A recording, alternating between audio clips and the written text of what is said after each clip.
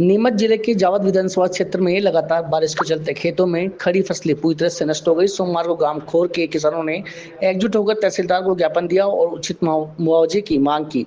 साथ ही किसानों ने बताया कि अति भारी बारिश के कारण सोयाबीन, मूंगफली, मक्का आदि की फसलें पूरी तरह से नष्ट हो गई है। उन्होंने प्रशासन से मांग की है कि तत्काल सर्वे कराकर किसानों को प्रति हेक्टेयर पर 50,000 रुपए की राशि सहायता के रूप में दी जाए। गांव खोर में अति वर्षा के कारण सभी फसलें किसानों की नष्ट हो गई है।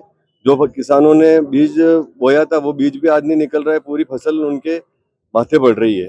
कुल मिला के बहुत नुकसान हो गया। तो सरकार से और तहसीलदार महोदय, एसडीएम महोदय, कलेक्टर महोदय से निवेदन करने आए हैं कि उचित मुआवजा दिया जाए ताकि फसलों आगे की फसल के लिए किसान तैयारी करे और इसी तरह किसान अपनी खेती को कर पाए, नहीं तो बहुत नुकसान हो चुका है अति वर्षा के कारण।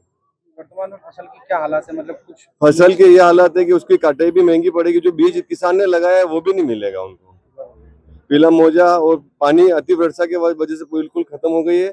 ज्ञापन देना है आपको? आसपास के क्षेत्र में जो ये अतिवृष्टि हुई है उस कारण से किसानों के खेतों में पानी भरा हुआ है। अभी भी कम से कम भारी मात्रा में पानी है, उससे पूरी फसलें नष्ट हो चुकी है। मूंगफली, सोयाबीन, मक्का वगैरह सभी फसलें। तो उन फसलों का भी इतना खर्च आ चुका है, कम से कम 5-6 हजार रुपए बिकेगा उसका खर्च आ चुका है, 6,000 ऊपर। तो उसका किसानों को मुआवजे की राशि नहीं दी जाएगी तो किसान उस स्थिति में आ जाएंगे कि वो आगे की खेती भी नहीं कर सकेंगे। और खेती से किसान मतलब ये हम समझ लो आपके मुक्त होना चाहते हैं, अब खेती करना ही पसंद नहीं करेंगे। मांग ये है कि किसानों को जो खर्च लगे उसका कम से कम 50,000 रुपए या 60,000 रुपए हेक्टेयर का मुआवजा दिया जाए, तुरंत मुआवजा दिया जाए उनको। और उसके बाद बीमे की राशि भी दिलाई जाए। बीमे की राशि में भी ये लोग लेट कर देते हैं।